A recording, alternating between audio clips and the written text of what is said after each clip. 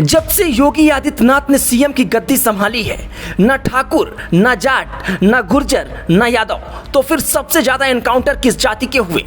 योगी की सत्ता संभालने के बाद वो 3 एनकाउंटर जिसकी सबसे ज्यादा चर्चा हुई।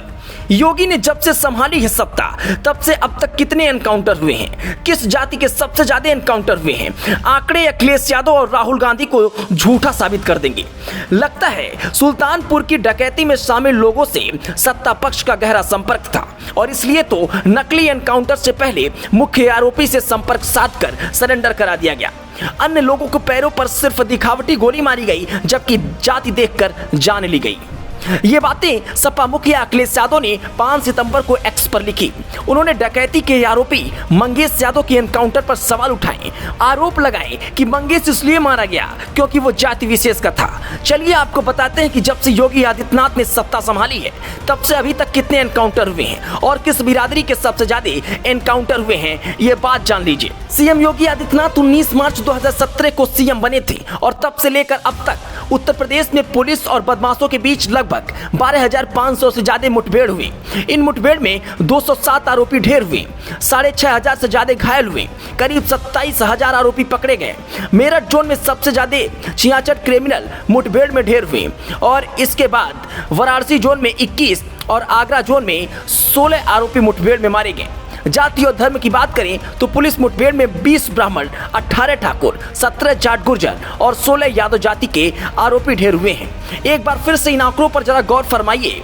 20 ब्राह्मण, 18 ठाकुर, 17 जाट गुर्जर और 16 यादव जाति के आरोपी ढेर किए गए। जाति धर्म देखकर एनकाउंटर के सवाल पर पूर्व डीजीपी ओम प्रकाश सिंह कहते हैं कि किसी भी अपराधी के खिलाफ कार्रवाई उसकी जाति देखकर नहीं की जाती। पहला प्रयास यही रहता है कि अपराधी को पकड़ लिया जाए। बीते 7.5 साल से जो भी एनकाउंटर हुए, उनमें 67 मुस्लिम अपराधी और 130 हिंदू अपराधी मारे गए हैं। ऐसे में जाति या धर्म देखकर एनकाउंटर करने का आरोप सीधा सीधा गलत है। वो एनकाउंटर जिन पर सबसे अधिक सवाल उठे हैं, जरा जान लीजिए। सबसे पहला एनकाउंटर विकास दुबे। कानपुर विक्रू कांड में पुलिस पार्टी पर फायरिंग के आरोपी विकास दुबे ने मध्य प्रदेश के उज्जैन में महाकाल मंदिर के सामने सरेंडर किया था। यहां से उसे यूपी लाया गया। कानपुर के पास विकास दुबे जिस कार में बैठा था वो पलट गई। विकास दुबे ने भागने का प्रयास किया और पुलिस की गोली से मारा गया। असद एनकाउंटर। झांसी में पिछले साल उमेश पाल हत्याकांड के आरोपी और माफिया अतीक अहमद के बेटे असद ने एनकाउंटर को लेकर भी कई सवाल उठाए गए। जिस जगह पर एनकाउंटर किया गया वो रास्ता आगे से बंद था। अब मंगेश के एनकाउंटर पर हो रहा है विवाद। सुल्तानपुर के ज्वेलरी शॉप में डकैती के आरोपी मंगेश यादव 5 सितंबर को पुलिस एनकाउंटर में ढेर हो गया और इसके बाद से सियासत बढ़ गई।